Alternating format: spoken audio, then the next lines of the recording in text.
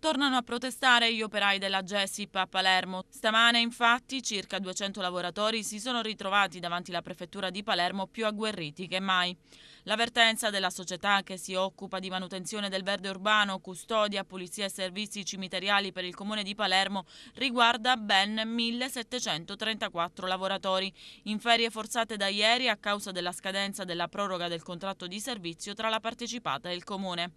Nei giorni scorsi uno spiraglio sul destino dei lavoratori si era aperto con l'annuncio fatto dal governatore lombardo, che aveva parlato di un contributo da 10 milioni di euro, sufficiente a far sopravvivere la società almeno fino a giugno.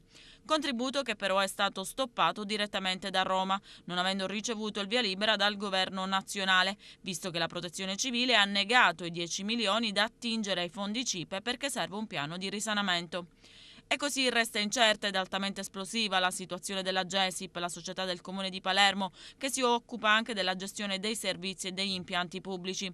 Per questo motivo i lavoratori sono tornati nuovamente a protestare, stavolta sotto la prefettura, perché dicono i sindacati il prefetto è l'unica autorità che può intervenire a salvaguardia del nostro posto di lavoro e dei servizi utili forniti alla città di Palermo. A questo punto, nonostante i buoni propositi e l'impegno messo in campo dal presidente Lombardo nei giorni scorsi, il prefetto resta l'unica autorità che può intervenire a salvaguardia del posto di lavoro. Intanto, in attesa di un intervento strutturale, la pressione è altissima perché i rappresentanti dei lavoratori già minacciano: metteremo la città a ferro e fuoco.